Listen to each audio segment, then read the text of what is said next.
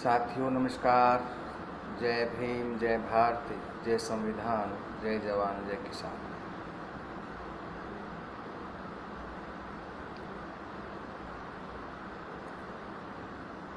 साथियों,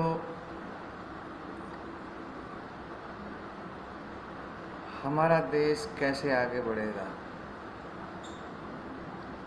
कैसे विकासशील देशों में हमारा देश आगे बढ़े आएगा, क्योंकि जो लोग सत्ता पर बैठे हैं ये लोग देश को आगे बढ़ने में रुकावट बने हुए हैं। इनका मकसद सिर्फ अपनी झोली भरना है, अपने आप को मजबूत करना है, अमीरों को गरीबों को लूटकर उनके घर मकान तोड़कर ज़बरदस्ती तरीके से सत्ता हासिल करनी है। इनका सिर्फ यही मकसद है। और मैं कई बार कह चुका हूँ कि ये आरएसएस एक आतंकवादी संस्था है। इसका हम पुरजोर विरोध करते हैं। कई बार मांग भी कर चुके हैं आरएसएस पर बैन होना चाहिए और रियली बैन होना चाहिए। जो आरएसएस की विचारधारा को बढ़ावा देने वाली पार्टियां हैं, उन राजनीतिक पार्टियों और संगठनों पर बैन होना चाहिए। जब तक ऐसी गतिविधि वालों पर बैन नहीं होगा, हमारे देश में ये लोग आगे बढ़ने की रुकावटें पैदा करते रहेंगे। एक बुलडोजर बाबा आए हैं उत्तर प्रदेश में। उन्होंने उत्तर प्रदेश में बुलडोजर चलाकर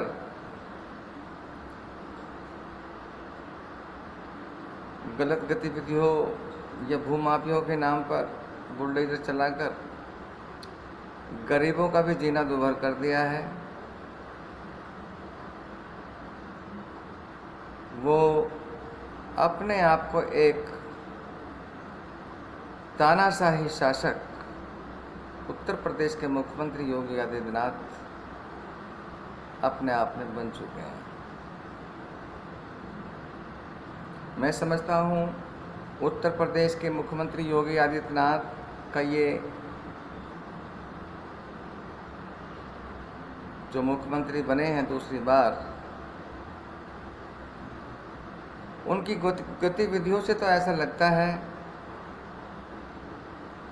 कि वो ना तो आगे मुख्यमंत्री बन पाएंगे और न प्रधानमंत्री बन पाएंगे, और तो और वो गांव का प्रधान का भी पर्चा भर देंगे तो वो गांव का प्रधान भी नहीं बन पाएंगे। क्योंकि जनता पर कहर जिस तरह से ये लोग ढा रहे हैं,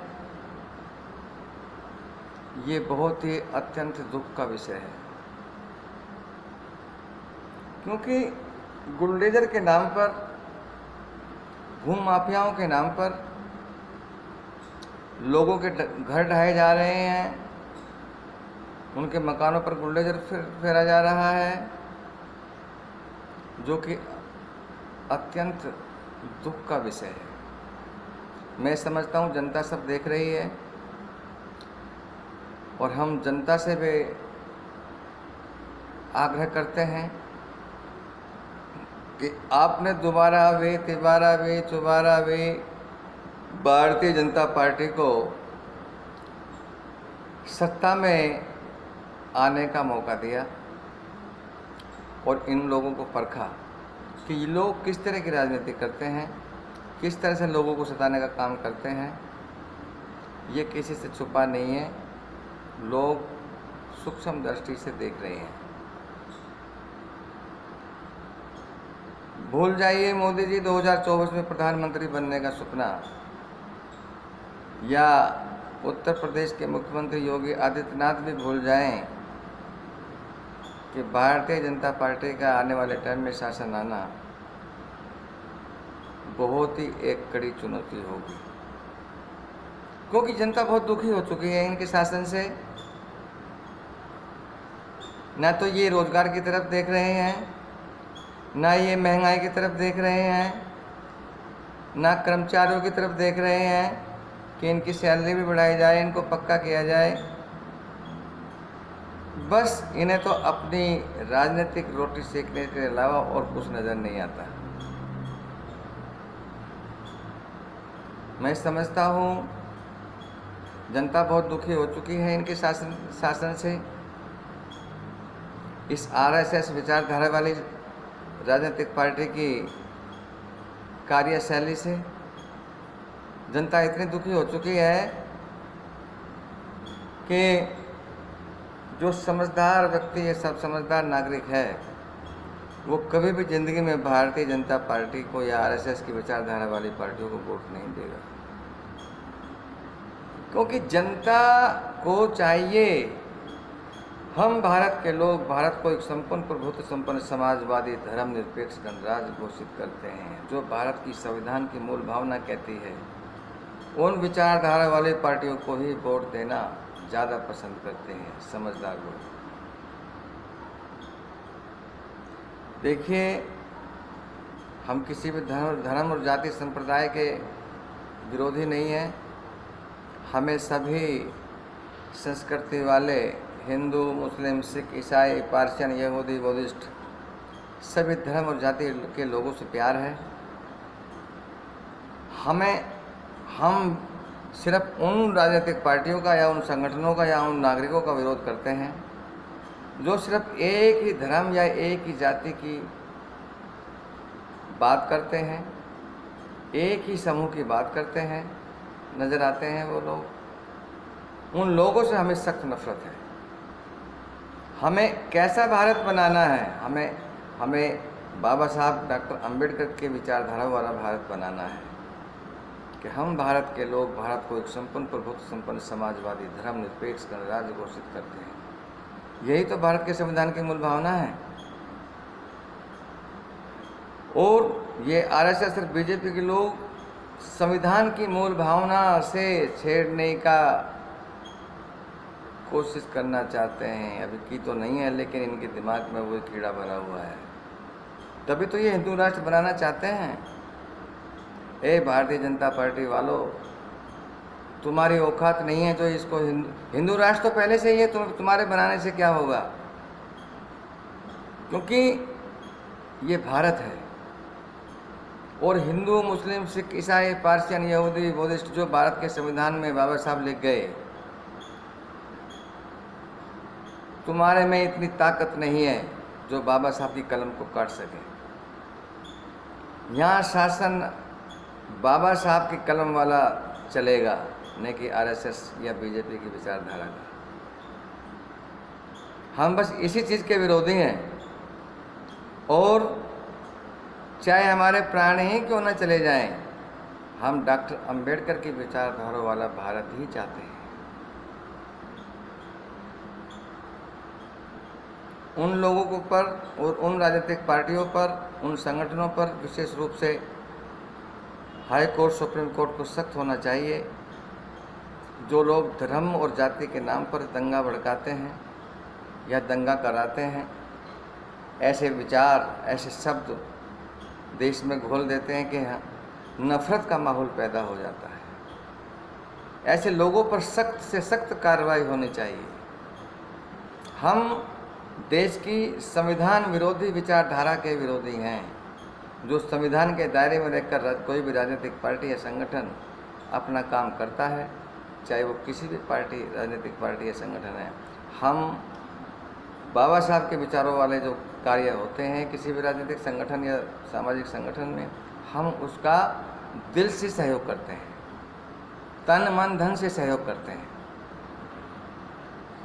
लेकिन हमारा विरोध उन्हीं ताकतों से है जो देश में हिंदू, मुस्लिम या किसी धर्म और जाति को भड़काव देने वाली बातें या कोई इस तरह का वातावरण पैदा करते हैं कि देश में नफरत का माहौल पैदा हो जाता है। जो लोग दंगा कराते हैं, सामाजिक संगठन हो या राजनीतिक पार्टियां हों या कोई भी नागरिक, हमारी संस्कृति में, भारतीय संस्कृति में कुछ ऐसा नफरत वाला माहौल पैदा कराना चाहते हैं या करते हैं, उन लोगों के खिलाफ सख्त से सख्त कार्रवाई हो, चाहे वो किसी भी राजनीतिक पार्टी या सामाजिक संगठन का ही या कोई आम नागरिक ही क्यों ना हो, उन लोगों पर सख्त कार्रवाई होनी चाहिए जिससे कि वो भविष्य में हमारी भारत की मान मर्यादा को ठेस न पहुंचा सके। हम जो बिल्कुल मिलजुल कर रह रहे हैं, जो हमारी एक माला है, हिंदू मुस्लिम सिख ईसाई पारसियन यहूदी बौद्धिस्ट, जो हमारी एक ये माला है, इस माला में छेद करना चाहते हैं। हमारी लड़ाई उन्हीं लोगों से है और ये लड़ाई जब तक रहेगी जारी, जब तक इन लोगों की राजनीति, इन लोगों की जो दंगा भड़काने वाली साजिश है, इन लोगों का जो देश में माहौल ख़राब करते हैं, जब तक इनको कड़ी से कड़ी सख्त सज़ा न मिल जाए। इसलिए मेरे दोस्तों, मैं ज़्यादा कुछ ना कहते हुए, मैं जब हम पे रहा नहीं जाता है तो हम अपने विचार व्यक्त करने के लिए ज़रूर आते हैं। मेरे दोस्तों, हमें किसी से भी नहीं, हमें भारत में मानव समाज, इंसानियत, चाहे किसी भी धर्म और जाति का है, हम उसका सम्मान भी करते हैं, सहयोग भी करते हैं, मदद भी करते हैं। लेकिन विचारधारा, भारतीय संविधान की मर्यादा में रहकर की जो विचारधारा है, उसी को ही हम महत्व देते हैं। जो बाबा साहब की विचारधारा या भारत के संविधान की विरोधी जो विचारधारा है, उसका हम डटकर मुकाबला करते हैं और अपनी आवाज़ उठाते हैं कि संविधान विरोधी विचारधारा से, ऐसी ताकतों से जो देश में नफरत का माहौल पैदा करते हैं, उनके खिलाफ हम सख्त से सख्त आवाज़ उठाते हैं। और जब तक उनको कड़ी से कड़ी सज़ा नहीं मिल जाती, हमारी आवाज़ बंद नहीं रहती। हम हाई कोर्ट, सुप्रीम कोर्ट, कार्यपालिका, न्यायपालिका से यही अनुरोध करते हैं, मांग करते हैं कि जो संविधान विरोधी ताकतें हैं, जो देश में नफरत का माहौल पैदा करते हैं, उन लोगों को बख्शा नहीं जाना चाहिए, चाहे वो किसी भी राजनीतिक पार्टी या सामाजिक संगठन या आम नागरिक ही क्यों न हो। हमें सबको मिलजुल कर रहना चाहिए मेरे दोस्तों, क्योंकि अगर हम सामने वाले का घर उजाड़ रहे हैं, सामने वाले का घर टूट रहा है, तो अगला नंबर आपका भी है, समझ लीजिए। इसलिए अगर हम दूसरों के घर में गड्ढा खोदते हैं, तो वो गड्ढा दूसरों के घर में नहीं खोद रहे आप, अगला नंबर आपका है, आप भी नहीं बच पाएंगे। तो मेरे दोस्तों, हमें मैत्री की भावना रखनी चाहिए। हिंदू, मुस्लिम, सिख, ईसाई, पारसियन, यहूदी, बौद्धिस्ट सभी को मिलजुल कर रहने चाहिए, बिल्कुल मिलजुल कर रहना चाहिए। और जो देश विरोधी, संविधान विरोधी ताकतें हैं, उनको कड़ी से कड़ी सज़ा मिले, यही हमारी मांग है देश की कानून व्यवस्था से। और आशा करते हैं कि वो इस मामले में अपना सख्त कदम उठाएंगे। दोस्तों, यही बात करने के लिए आया था। और मैं जब भी बात करता हूँ, मैं संविधान के दायरे में रहकर ही करता हूँ। और बाबा साहब ने जो हमें संविधान दिया है, ये एक हमारा बहुत ही पवित्र ग्रंथ है। इसका हमें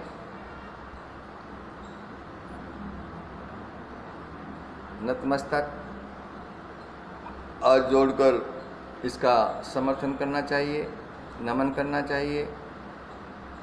यही बात करने के लिए आया था मेरे दोस्तों।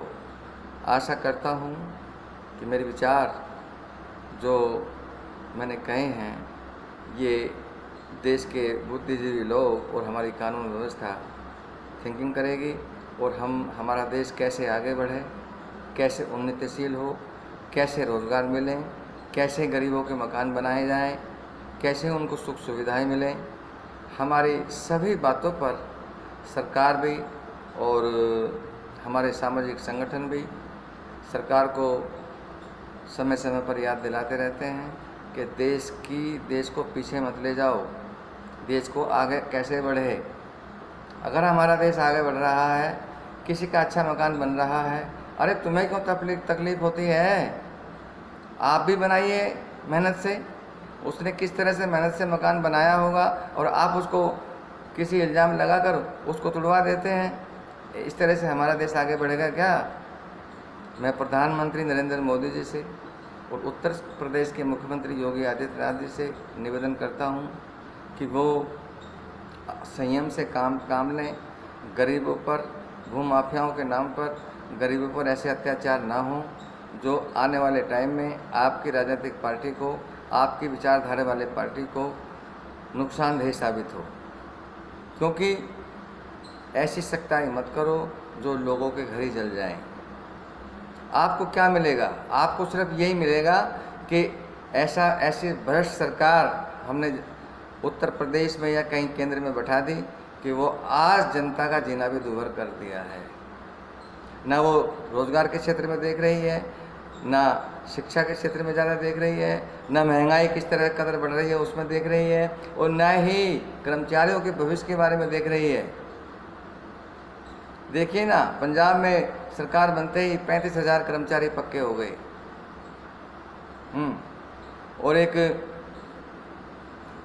और दूसरे प्रदेश हैं अपने प्रदर्शन भी करते रहते हैं, लेकिन दूसरे प्रदेशों में चाहे हरियाणा हो, यूपी हो, राजस्थान हो, मध्य प्रदेश हो, गुजरात हो, इन लोगों को चिट्ठी नहीं चलती। इन्हें तो सिर्फ अपना घर बनने से मतलब है, जनता जाए भाड़ में, इन्हें जनता से कोई लेना देना नहीं है। तो मेरे दोस्तों, सरकार भी चेते, चाहे वो किसी भी प्रदेश की सरकार है, कर्मचारियों के भविष्य के बारे में सोचें। जो पुराने कर्मचारी हो चुके हैं और अपना आउटसोर्सिंग पर काम कर रहे हैं, उनको पक्का किया जाए और महंगाई की दर भी घटे। जिस तरह से महंगाई बढ़ रही है उस तरह से जो है रोज़गार के अवसर भी प्रदान हो और उनकी तनख्वाह आमदनी भी बढ़ाई जाए। आम मजदूर आदमी है, कितने पैसे रोज़ अब चाहिए, महंगाई के हिसाब से उसको उतनी उसकी आमदनी बढ़ाई जाए। यही हम सरकार से बार बार मांग करते हैं, लेकिन ना तो मोदी जी ही सुनते हैं और ना ही किसी भी राज्य के मुख्यमंत्री सुनते हैं, या यूँ कहिए किसी भी, ना केंद्र सरकार ना राज्य सरकारें। बस एक हमारे दिल्ली के जो मुख्यमंत्री हैं अरविंद केजरीवाल जी, वो कुछ जनता के बारे में सोचते हैं। और देखिए, पंजाब में बैठते के साथ ही 35,000 कर्मचारी पक्के करने का ऐलान कर दिया। ऐसी होती हैं सरकारें जो दिल से आवाज़ निकलती है और जनता की भलाई के लिए काम करती है। तो मैं जनता से अनुरोध करता हूँ, जो सरकारें अपने जेब भरने में लगी हुई हैं उनका विरोध करें, उनका वॉकआउट करें, उनको वोट न दें। उन्हीं राजनीतिक पार्टियों को वोट दें जो जनता के हितैषी होने का दम भरती हैं और जनता के लिए काम करती हैं सच्चे दिल से। यही बात करने के लिए आए हूँ मेरे दोस्तों। सरकार भी चेते, नहीं तो जनता आने वाले टाइम में आपका नोट करती रहती है। मोदी जी और योगी जी, सभी से मैं कह रहा हूँ, सभी राजनीतिक नेताओं से और सभी राजनीतिक पार्टियों से कह रहा हूँ मैं, जनता आपकी कार्यशैली को देखती रहती है और समय आने पर उसका जवाब देना जनता जानती है। ये मत सोचिए कि जनता ने आपको फिर दोबारा भी जिता दिया, तिबारा भी जिता दिया, चौबारा भी जिता दिया। जब जनता को आप कष्ट ज़्यादा देने लगे तो जनता आपको फेल करना भी जानती है, आपको असफल कराना भी जानती है, क्योंकि जनता द्वारा आप चुने गए हो। इसलिए मैं प्रधानमंत्री नरेंद्र मोदी जी से, क्योंकि लोग उनको अच्छा शासक समझते हैं, तो अच्छा शासक मोदी जी तभी मानेंगे हम जब आपकी राज्य सरकारें या आप कोई ऐसा राज्य सरकारों को निवेदन करेंगे, आदेश देंगे कि कर्मचारियों के बारे में, जनता के बारे में, महंगाई के बारे में, रोज़गार के बारे में, शिक्षा के बारे में जो जनता को चाहिए वो आप दिल से देना शुरू कर देंगे। दोस्तों, यही बातें जो जनता को चाहिए वही बातें मैंने कही हैं। आशा करूँगा केंद्र सरकार भी, राज्य सरकारें भी, चाहे किसी भी प्रदेश की हों, ध्यान देंगी। इन्हीं बातों के साथ मैं अपनी बात समाप्त करता हूँ। जय भीम, जय भारती, जय संविधान, जय जवान, जय किसान।